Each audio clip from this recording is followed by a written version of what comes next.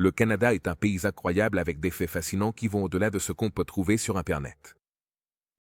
Des fossiles étranges aux découvertes hantées. Voici 20 découvertes troublantes au Canada que personne ne peut expliquer. Numéro 20. Le tunnel des cris. Le tunnel des cris n'est pas vraiment un tunnel, mais un conduit d'égout conçu pour empêcher les voies de train situées au-dessus de lui de s'inonder. Construit au début du XVIIIe siècle, c'est l'un des monuments les plus anciens du pays. Naturellement, au fil des ans, cela a suscité de nombreuses intrigues et histoires, la plupart d'entre elles troublantes et glaçantes. On dit que ce tunnel a été témoin de la mort tragique d'une jeune fille. Selon certaines histoires, la petite fille a succombé aux flammes lors de l'incendie d'une ferme voisine, tandis que d'autres affirmaient que son père l'avait brûlée dans une bataille pour la garde. Il existe plusieurs versions de l'histoire, mais toutes aboutissent à la même conclusion glaçante. Les cris agonisants de la petite fille résonnent éternellement dans le tunnel. Les cris de la pauvre petite fille ont donné son nom à ce tunnel. On dit que si l'on se place au cœur du tunnel à minuit et qu'on allume une allumette, la flamme s'éteindra, remplacée par le son fantomatique des cris de la petite fille. Et bien que cette histoire soit entourée de scepticisme, les habitants de la région, en particulier les adolescents, ont utilisé le tunnel comme un endroit pour tester leur courage. À cela s'ajoutent les chasseurs de fantômes, qui continuent d'affluer vers ce tunnel, espérant une rencontre fortuite avec le prétendu fantôme. Numéro 19. 5000 ans d'ancienneté. Enclavé dans les étendues reculées du nord-ouest de la Colombie-Britannique, se trouve Sisa. On sait depuis longtemps que c'était un territoire de chasse crucial pour le peuple Tiltin, qui a prospéré dans la région vers Saint-Denis-l'Avenue-Jitse. Récemment, les archéologues ont découvert des artefacts qui en disent long sur ce peuple mystérieux. La fonte des glaces continentales a mis à jour des trésors vieux de 5000 ans. Dans l'étendue glacée du Canada, il y avait des trophées remplis de récipients en écorce de bouleau, des pioches en bois, des outils taillés dans l'os et même une botte soigneusement cousue.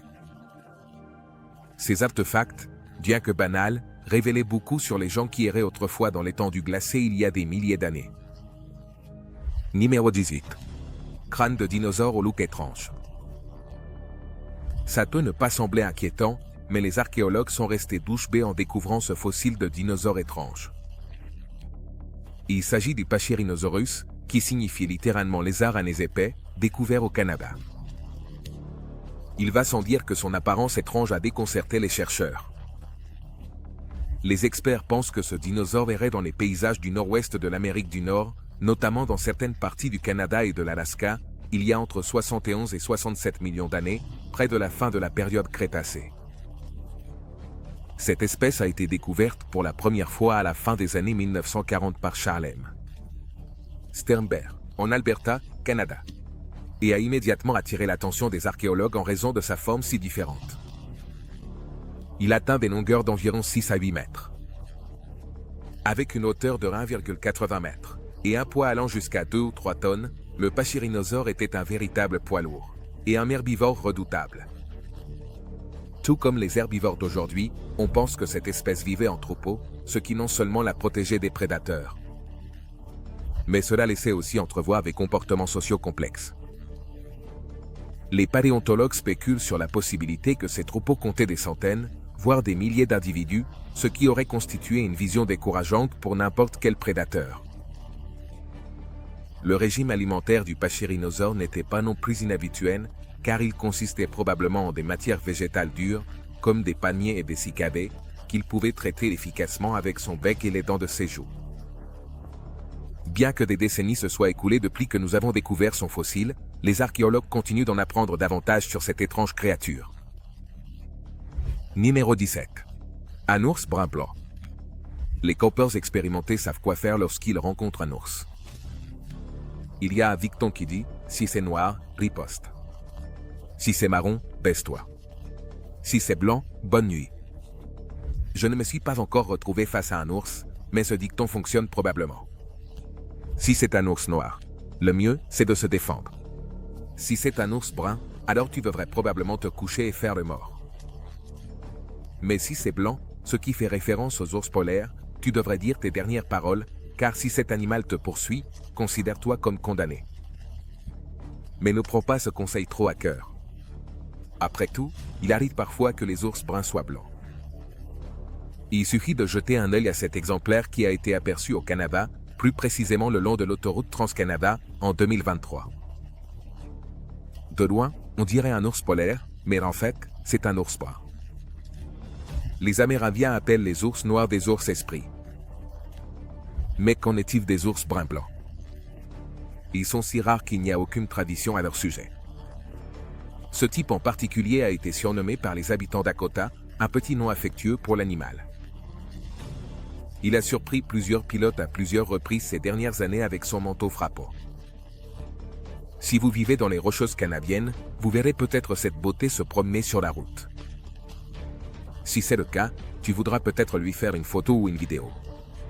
Après tout, cet ours brun semble avoir un talent pour devenir une star sur les réseaux sociaux. Numéro 16. Ancien arbre. Tu vois, les fossiles de dinosaures ne sont pas les seules choses qu'on peut trouver fossilisées. Prenons par exemple cet arbre. Un ancien arbre qui date de 350 millions d'années. Ce géant a été découvert au Nouveau-Brunswick en 2017 par les archéologues Olivia King et Matthew Stimso. Cet arbre appartient à une espèce appelée Sanfordia colidensifolia. Avec une hauteur légèrement supérieure à celle d'un être humain, ces arbres avaient des troncs fins surmontés d'une, entre guillemets, énorme brosse de feuilles qui s'étendait sur 5 mètres de large. La découverte de Sanfordia colidensifolia met en lumière une période expérimentale de l'histoire botanique de la Terre, lorsque l'évolution était davantage un processus d'essai et d'erreur. L'ère connue sous le nom de Romegap, caractérisée par la rareté des archives fossiles, témoigne d'une période d'expérimentation intensive au sein du règne végétal. Ces arbres représentent l'un des nombreux essais évolutifs qui, bien qu'ils aient réussi pendant un certain temps, n'ont pas survécu à long terme. Je suppose que même à l'époque, le Canada avait déjà une belle faune. Numéro 15. L'OG, WOG. Voici une créature dont on dit qu'elle réside au Canada. Cependant, son existence est empreinte de mystère. L'existence de cette créature trouve ses racines dans la ville animée de St. John, Nouveau-Brunswick. Connue sous le nom d'OG WOG, on pense que cette créature marine mythique réside dans les eaux des chutes inversées. C'est aussi monstrueux que ça en a l'air. L'OG WOG est décrit comme une combinaison de saumon et de phoque. Ça peut ne pas sembler si mal, mais attends de voir sa photo. L'histoire raconte que cette créature ne peut être vue que lors de la pleine lune et quand la marée est basse. Il a de grands yeux rouges et un énorme appétit. John est l'habitat parfait pour une créature aussi monstrueuse, avec l'eau qui s'écoule à travers la étroite gorge rocheuse à la vitesse incroyable de 100 000 tonnes par seconde.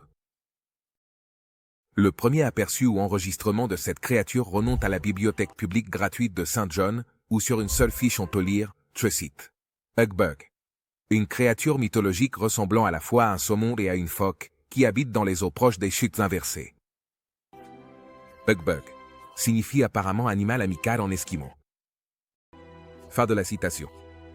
Ces créatures sont supposément amphibies, et pourtant, malgré leur capacité à se déplacer sur terre et dans l'eau, elles sont rarement vues par les gens. Pour cette raison, on affirme que l'Hugbug n'est pas une créature réelle, mais plutôt un être imaginaire concocté pour divertir les touristes. Quoi qu'il en soit, l'OG WOG reste célèbre aujourd'hui.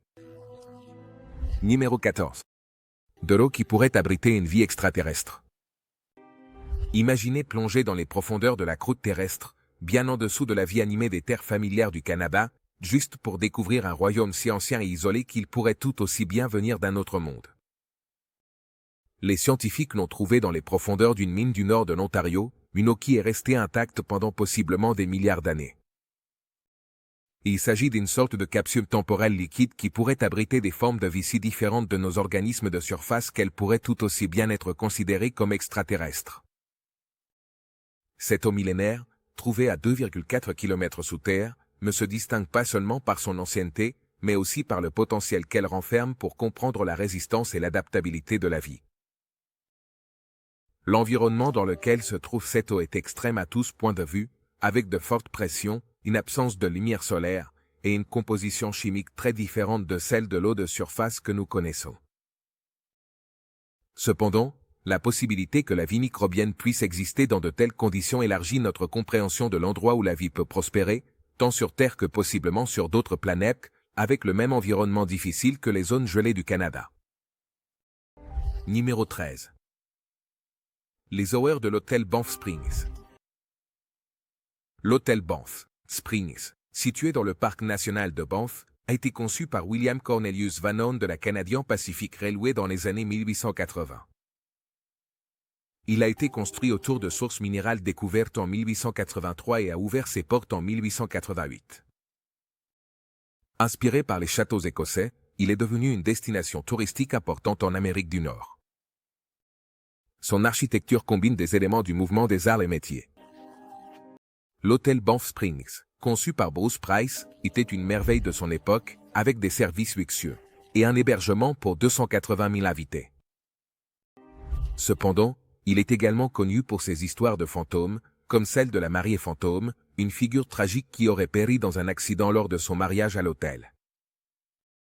Une autre histoire concerne la chambre 873, qui est associée à une fin fatidique pour une famille. On raconte qu'un homme a tué sa femme et sa fille dans cette chambre, avant de se donner la mort. Les clients se sont réveillés en entendant des cris et ont trouvé des traces inexplicables de sang sur le miroir. La réponse de l'hôtel a été de sceller la chambre, mais les rumeurs continuent d'intriguer les visiteurs. La chambre, cependant, n'est plus accessible, elle est scellée et ne fait pas partie de l'offre de chambre de l'hôtel. Numéro 12. À un battement d'une galaxie lointaine. Alors, cette découverte n'est pas exactement au Canada, mais plutôt quelque chose que des astronomes du MIT et d'institutions à travers le pays ont trouvé. En 2022, les astronomes du pays ont détecté ce qui ne peut être décrit que comme un battement persistant provenant d'une galaxie lointaine, à des milliards d'années-lumière de la Terre. Alors, avant que tu penses qu'on a enfin découvert la vie dans l'univers, ne me fais pas dire ce que je n'ai pas dit.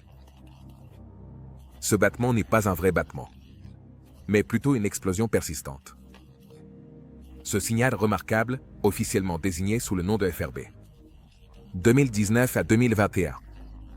FRB 2019-2021 se distingue non seulement par sa distance, mais aussi par la régularité de ses émissions, qui résonnent à travers le cosmos avec une précision qui intrigue et déconcerte les scientifiques. On pense que ce signal semblable à un battement de cœur provient d'un type d'étoile à neutrons hautement magnétisés, connu sous le nom de magnétar ou pulsar radio. Tous deux sont des restes incroyablement denses d'étoiles effondrées qui tournent rapidement et émettent des faisceaux de rayonnement électromagnétique rappelant un phare. Ce qui est étrange dans tout cela, c'est qu'il émet des faisceaux de rayonnement électromagnétique 1 million de fois plus brillants que tout autre phénomène similaire observé dans notre galaxie. La détection du FRB 2019 à 2021 avec ses pics périodiques clairs, décrits de manière vivante comme boom, boom, boom, par le chercheur Daniel Machili, marque une première importante dans l'étude des phénomènes cosmiques, et nous avons encore beaucoup à apprendre à ce sujet. Bien qu'il se soit écoulé plus de 2 ans, nous ne savons toujours pas tout sur ce phénomène étrange. Numéro 11. Réserve du Parc national de Nahanni. La réserve du Parc national de Nahanni est souvent appelée la vallée des hommes sans tête pour une bonne raison. Le nom du parc, Nahanni, tire son origine de la langue Dain, qui signifie rivière de la terre du peuple Naja, une tribu guerrière qui a mystérieusement disparu. Les Dains, qui vivent dans les environs depuis des siècles, ont transmis des histoires de cette tribu disparue à travers les générations. La partie a gagné en notoriété au début du XXe siècle, lorsque les corps sans tête des chercheurs d'or qui s'étaient aventurés dans ces profondeurs ont été découverts. Parmi eux se trouvaient les frères MacLeod, dont les squelettes décapités ont été retrouvés près de la rivière Nahanni en 1908, déclenchant des rumeurs d'une vallée maudite hantée par des chasseurs de têtes ou des forces surnaturelles. La réserve de parc national Nahanni, bien qu'associée à des histoires obsédantes telles que la mort de Martin Jorgensen en 1917, est un lieu d'une beauté naturelle époustouflante. Classé au patrimoine mondial de l'UNESCO en 1978, il offre des canyons profonds, des sources chaudes, des eaux vives et une immense cascade, attirant les aventuriers et les amoureux de la nature. L'isolement du parc a contribué à préserver sa faune variée, qui comprend des ours bruns géants et des loups des forêts, et à maintenir son état d'espace naturel pratiquement intact. Les légendes et les mystères de Nahanni ont non seulement captivé les explorateurs et les cinéastes, mais occupent également une place sacrée dans le folklore canadien. Et même s'il est possible que la vérité cachée derrière ces histoires ne soit jamais complètement révélée, la vallée des hommes sans tête restera à jamais un lieu important du pays. Numéro 10. Des fossiles spongieux vieux de 890 millions d'années. Dans le nord-ouest du Canada, des chercheurs ont découvert ce qui pourrait être l'animal le plus ancien connu sur Terre. Oui. Tu as bien entendu, l'animal le plus ancien du monde. Et il ne ressemble probablement à rien de ce que tu imagines. C'est une éponge. On pense que ce fossile ressemblant à une éponge a plus de 890 millions d'années. Cette découverte, si elle est confirmée, pourrait modifier de manière significative notre compréhension de la chronologie de la vie animale sur Terre. Le fossile découvert dans l'Arctique canadien remet en question la chronologie conventionnelle qui situe l'apparition de la plupart des grands groupes d'animaux lors de l'explosion cambrienne il y a 541 millions d'années. Qui sait? Peut-être que dans les prochaines années, des fossiles plus anciens seront découverts dans d'autres parties du monde. Numéro 9. Un village vieux de 14 000 ans. Sur une île reculée de la Colombie-Britannique, au Canada, des archéologues ont découvert un village vieux de 14 000 ans. L'un des établissements les plus anciens connus d'Amérique du Nord. Cette découverte remarquable sur l'île Tricky n'est pas seulement antérieure aux pyramides d'Égypte, mais elle corrobore également les récits oraux de la nation Ensuk sur d'anciennes communautés côtières. C'est pas génial? Selon les traditions orales locales, les histoires et autres pratiques doivent être strictement enseignées et mises en œuvre par les jeunes. C'est ainsi que ce peuple parvient à garder vivantes ses histoires et ses prières, en mémorisant mot à mot chaque passage important, jusqu'au moment où il est prêt à le transmettre à la génération plus jeune. Numéro 8. Le bébé oiseau préhistorique. En 2017, les chercheurs ont eu la chance de découvrir des restes incroyablement bien conservés d'un oiseau emprisonné dans de l'ambre. On pensait que cette espèce s'était éteinte il y a environ 65 millions d'années, et son apparition a été définitivement inattendue. En plus d'être l'un des plus anciens, c'était aussi le fossile le plus complet d'un poussin qui avait été récupéré de la période Crétacée. Grâce à des échantillons de l'ampère préservés, les scientifiques espéraient en apprendre davantage sur cette créature. En fait, grâce au progrès de notre technologie, les chercheurs ont même pu créer une représentation de ce à quoi ressemblait le poussin lorsqu'il était encore vivant. Numéro 7. Histoire hantée de la place du Bastion. La place du Bastion à Victoria est célèbre pour ses histoires de fantômes, avec des structures qui abritent de supposés habitants de l'au-delà. L'un des endroits les plus connus est le restaurant Wind Creamery, où l'on dit que les esprits de Brady et de Lady Churchill, également connus sous le nom de Charles, errent encore. Ils errent encore. Son histoire d'amour et de tragédie a culminé avec la mort prématurée de Brady, et on dit que leurs esprits laissent une odeur de fumée de cigares et de parfum dans l'air. L'ancien musée maritime, autrefois le palais de justice de Victoria et Orca de la ville, est un autre foyer d'activité paranormale. On dit que le fantôme de Sir Matthew Bailey Begbie, le célèbre juge d'Orca, hante ses escaliers. Et sa présence est un vieux rappel de l'histoire sombre de justice et d'exécution de la place. On murmure que le pub Gary Cassed, établi sur la place du Bastion depuis 1867, est hanté par le fantôme de Machilly Powers, un ancien propriétaire qui a connu une femme mystérieuse. La cheminée accueillante du pub semble être l'endroit préféré de l'esprit de Powers, que les clients aperçoivent lors des froides nuits d'hiver. Pas très loin de la place, le Callejón del Timón cache ses propres secrets sombres. On murmure que ce passage, qui faisait autrefois partie de la prison de la ville, est hanté par l'esprit d'un prisonnier battu à mort par un gardien dans les années 1850. Les visiteurs ont rapporté des bruits effrayants de chaînes et ont vu une apparition enchaînée rôder dans le passage. Chaque bâtiment et ruelle de la place du Bastion renferme un morceau de l'histoire hantée de Victoria. Ce qui en fait un aimant pour les amateurs de paranormal. Si l'un d'entre vous a visité cet endroit, n'hésitez pas à partager votre expérience, qu'elle soit bonne ou mauvaise, dans les commentaires ci-dessous. Qui sait, peut-être que certains d'entre vous ont eu l'occasion de visiter cet endroit avant. Numéro 6. restes indigènes trouvés au Canada. Au Canada, une série de découvertes déchirantes a mis en lumière l'héritage sombre du système des pensionnats. Récemment, un radar de pénétration terrestre a révélé des centaines de tombes sans nom dans d'anciens internats pour enfants autochtones. Ces découvertes, qui comprennent 132 tombes près de ça. L'école missionnaire de Gênes, en Colombie-Britannique, met en lumière les conséquences tragiques d'un système qui cherchait à assimiler les enfants autochtones à la société canadienne. Les découvertes, en activité depuis la fin du XVIIIe siècle. Jusqu'aux années 1990, cela a provoqué une douleur renouvelée au sein des communautés autochtones et un appel à la responsabilité ainsi qu'à une enquête approfondie sur l'héritage du système des pensionnats. Malheureusement, il semble que les chapitres sombres de l'histoire n'aient pas de fin. Numéro 5. Concours de cheveux gelés. Voici une tradition inexplicable qui se déroule au Canada. Certains d'entre vous se demandent peut-être pourquoi ou comment exactement cela est devenu une chose, un mot, amiso. Au cœur du territoire gelé du Yukon, au Canada, un événement aussi unique que glacial captive l'imagination et l'esprit audacieux des participants du monde entier. Il s'agit du concours international de congélation de cheveux, organisé par Eclipse à Nordic Hot Springs, anciennement connu sous le nom de Takini Hot Springs. Ce concours capricieux s'est imposé comme l'une des traditions les plus extravagantes du Canada depuis sa création en 2011. Le concours se déroule dans le cadre pittoresque de Whitehorse, au Yukon, où les températures hivernales descendent souvent en dessous de -20 degrés Celsius ou -4 degrés Fahrenheit, créant ainsi l'environnement naturel parfait pour ce défi glacial. Les participants s'immergent dans les eaux thermales bouillonnantes qui maintiennent une température agréable d'environ 40 degrés Celsius ou 104 degrés Fahrenheit, puis ils exposent leurs cheveux mouillés à l'air glacial. En quelques minutes, les cheveux gèlent, ce qui leur permet de les sculpter en différentes formes, des pointes glacées aux ondulations congelées et tout le reste.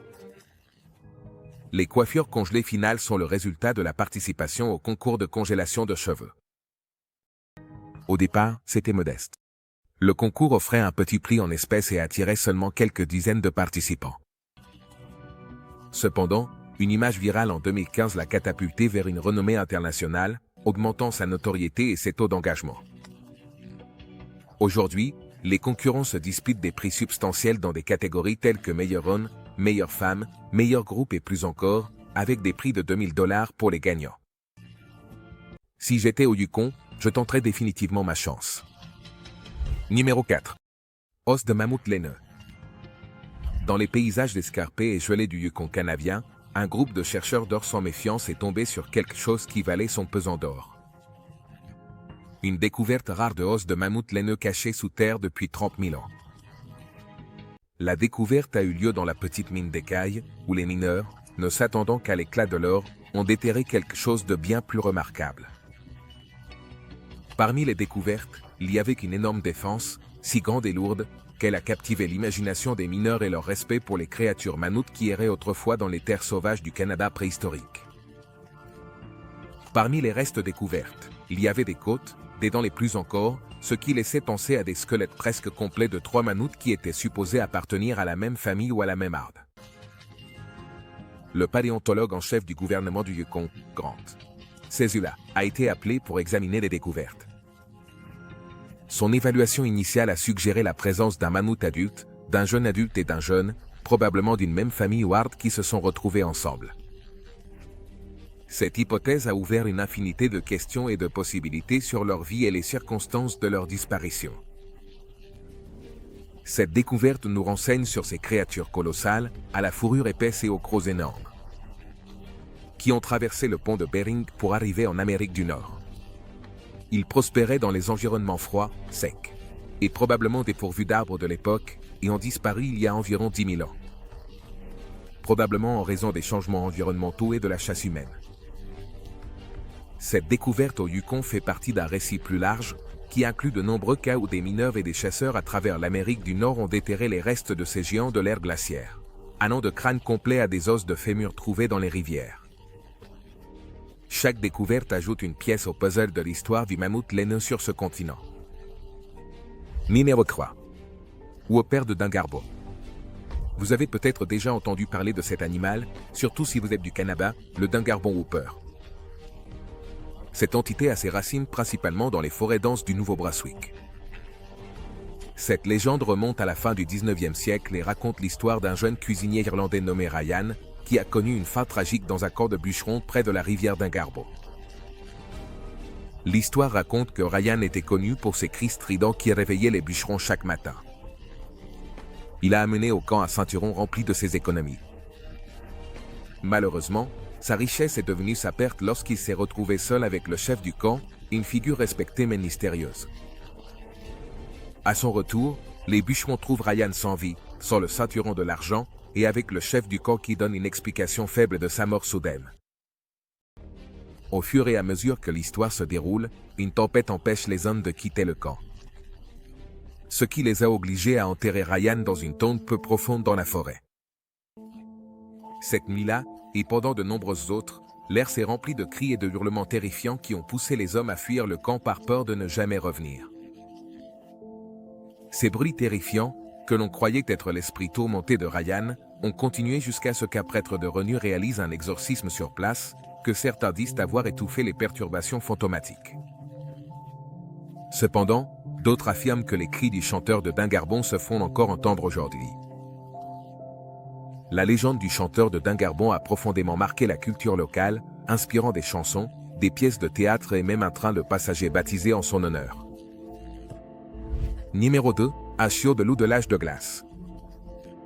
En 2016, un chercheur d'or du Yukon, au Canada, a découvert un chiot de loup momifié de l'ère glaciaire, nommé Jure par le peuple local Trondéquéchin. Ce chiot, dont on a trouvé un régime alimentaire riche en poissons, suggère des comportements de chasse précoce similaires à ceux des loups modernes. L'analyse génétique de Jure révèle des liens avec d'anciens loups d'Eurasie et d'Alaska. Différent de la population actuelle de loups du Yukon, cette découverte rare, qui présente une conservation exceptionnelle grâce au permafrost, fournit des informations précieuses sur l'écologie de l'ère glaciaire, qui est maintenant exposée au centre d'interprétation du Combaringien. Mais, en quoi les loups de l'ère glaciaire se distinguent-ils des loups d'aujourd'hui? Les loups de l'ère glaciaire, ancêtres des loups modernes d'aujourd'hui, ont parcouru la Terre pendant l'épopée du Pléistocène. Ces loups étaient adaptés à des environnements froids avec des caractéristiques qui les aidaient à survivre dans des paysages durs et glacés. Ils étaient probablement plus grands et plus robustes que la plupart des loups d'aujourd'hui, avec des mâchoires et des dents puissantes conçues pour abattre des proies de grande taille, comme des mammouths laineux et des bisons. Si ce n'était pas pour les restes conservés que nous découvrons aujourd'hui, nous ne saurions rien de ces créatures étonnantes. Numéro 1. Le plus ancien poulpe connu. Assez. Sur le plus grand poulpe du monde. Récemment, les archéologues du Canada ont découvert le plus ancien poulpe connu. Cette créature est l'ancêtre le plus ancien connu des poulpes modernes, datant de 328 millions d'années, et a été découverte et baptisée Solipsumopoda par Denny. Cette découverte, réalisée dans la formation calcaire de Bear Gulch, au Montana, et conservée au Musée royal de l'Ontario, repousse d'environ 82 millions d'années la chronologie de l'apparition des vampires, parmi lesquels figurent les pieuvres et les calmars vampires. Il est remarquable de constater que ce fossile conserve ses 10 bras munis de ventouses. Ce qui prouve directement que les céphalopodes anciens avaient à l'origine 10 bras, mettant ainsi en lumière leur parcours évolutif. Cette créature était si ancienne qu'elle était même antérieure aux dinosaures. Merci de nous avoir regardés. À la prochaine.